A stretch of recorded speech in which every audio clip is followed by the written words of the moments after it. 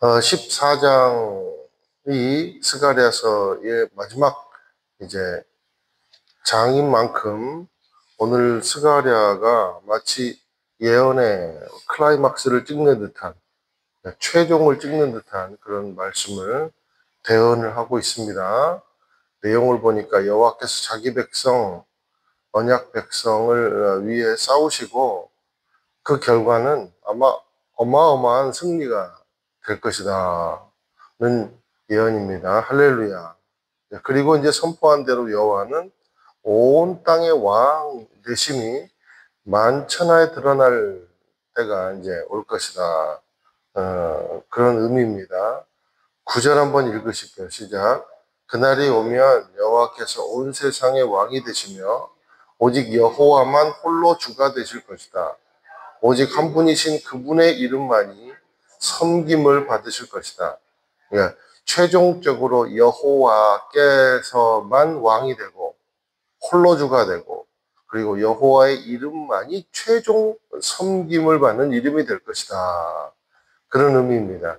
그러니까 우리가 역사 이래로 보면 얼마나 많은 왕들이 태어나고 죽었습니까? 그런데 가만히 보면 뛰어난 왕은 있지만 완전한 왕은 단 한 명도 없었다라는 사실입니다.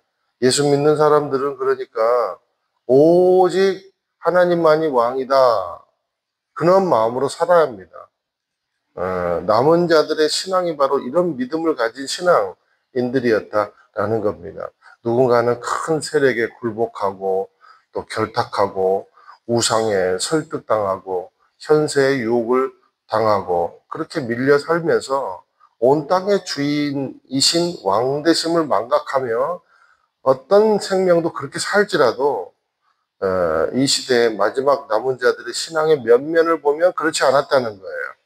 어떤 상황에서도 하나님이 우리의 왕 되심을 절대로 망각하지 않았다는 겁니다. 바벨론의 포로 생활하면서도 망각하지 않았고 또 예루살렘의 태평성대를 누릴 때도 망각하지 않았고 언제든지 하나님이 우리의 왕 되심을 절대로 망각하지 않았다라는 겁니다. 이것이 바로 남은 자들의 신앙이라는 것이죠. 자, 우리의 삶에도 그런데 다양한 왕들이 출현할 수 있다는 겁니다. 그죠? 왕의 모습으로 가장한 돈. 그래서 우리가 돈을 유사신 그러잖아요. 신과 유사하다. 얼마나 신적인지 모르겠어요. 그죠? 그리고 왕을 가장한 유혹, 왕의 모습으로 나타나는 사상과 이념, 그리고 마치 자기가 왕이나 된 듯이 우리에게 주인 행세를 하는 여러 가지 모양새들이 있더라라는 겁니다. 그래서 저는 이제 구절을 이렇게 딱 읽으면서 마치 빌립보서 2장을 읽는 느낌을 받았어요.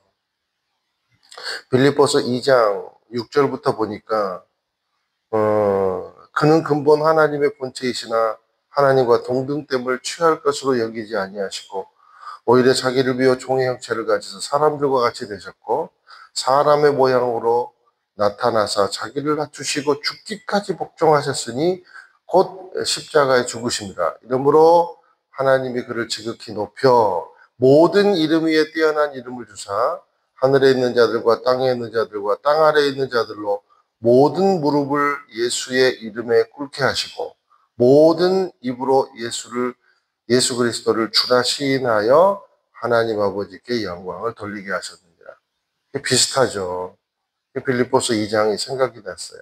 마지막 때 유일한 왕이 되시는 예수님이 우리를 어떻게 사랑하시고 어떻게 대하셨으며 어떻게 섬기시고 결국엔 하나님이 선택한 그 길, 예수님이 순종하신 그 길이 옳은 길이었음을 증명하셨는가.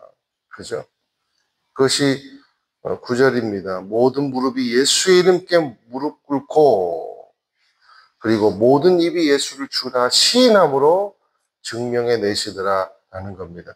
마지막까지 우리의 삶을 인도해 주시고 그리고 통치하시고 죄를 사해 주시고 천국까지 우리를 인도해 주실 유일한 그분은 누구입니까? 예수 그리스도이시다라는 겁니다. 그러므로 우리의 삶이 오직 예수님께 영광 돌리는 귀한 삶이 되기를 주님의 이름으로 축원드립니다. 나의 인생의 왕은 예수님이십니다 라고 선포할 때 그것이 우리의 놀라운 고백이 되고 힘이 될 줄로 믿습니다. 승리의 원천이 될 줄로 믿습니다. 또 10절, 11절 한번 읽어보실게요. 시작. 게바에서 예루살렘 남쪽 림몬까지 온 땅이 아라바처럼 평야가 될 것이다. 그러나 예루살렘은 높이 솟아 있을 것이다. 베냐민 문에서 천문을 지나 모퉁이 문까지 이르고 또 하나넬 탑에서 왕궁의 포도주 틀까지 그 자리에 남아 있을 것이다. 그곳에 사람들이 살고 다시는 멸망하지 않을 것이다.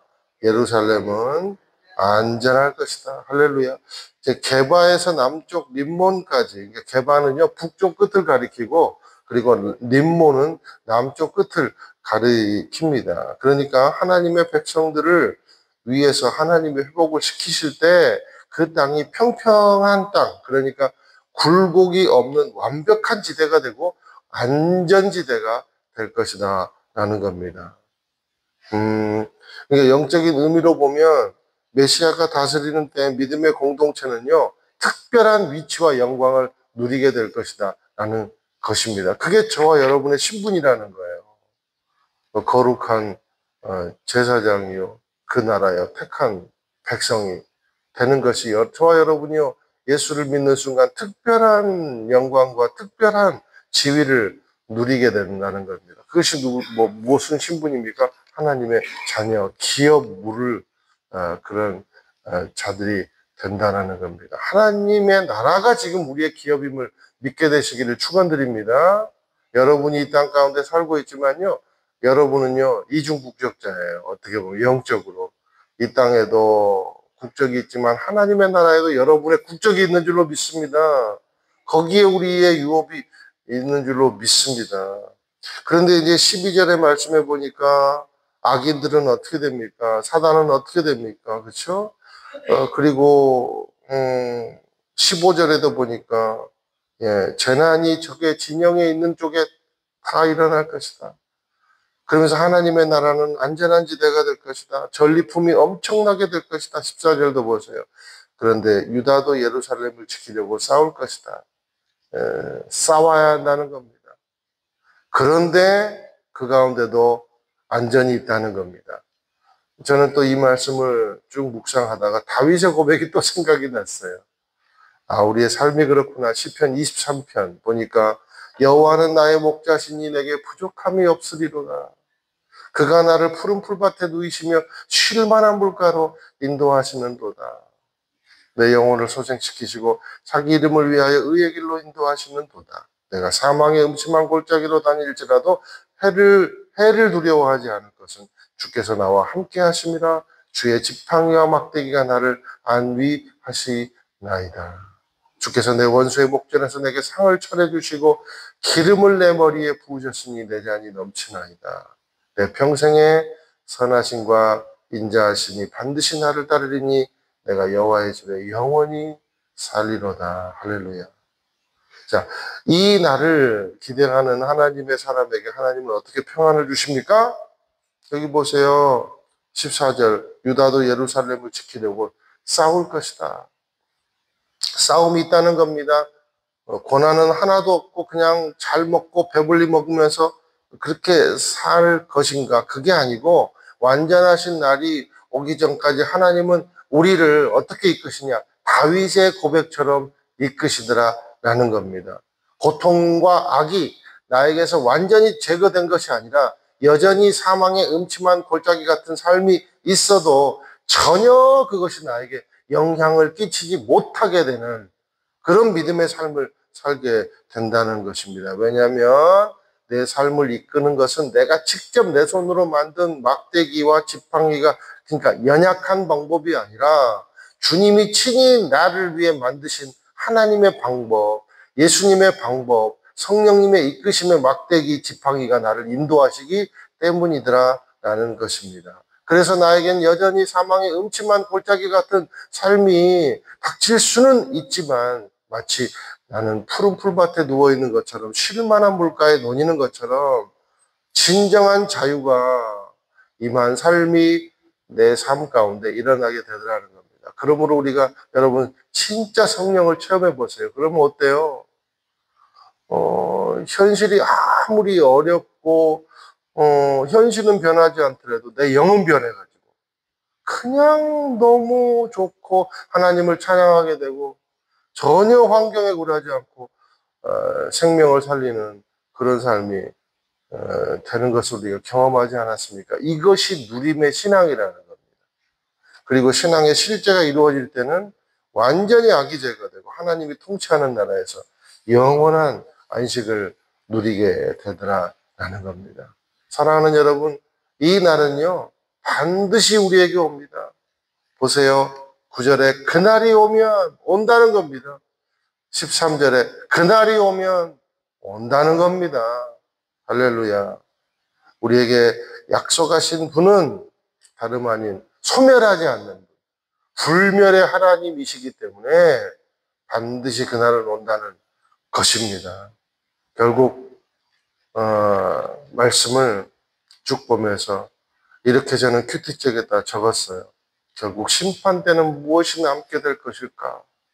결국 심판 때는 무엇만이 남을까? 다 없어지고요. 하나님의 것만 남습니다. 너무 감동이 되더라고요. 그렇구나. 다 사라지겠구나. 그런데 하나님의 것만 남겠구나. 하나님의 성전, 하나님의 나라, 하나님의 백성만 남겠구나.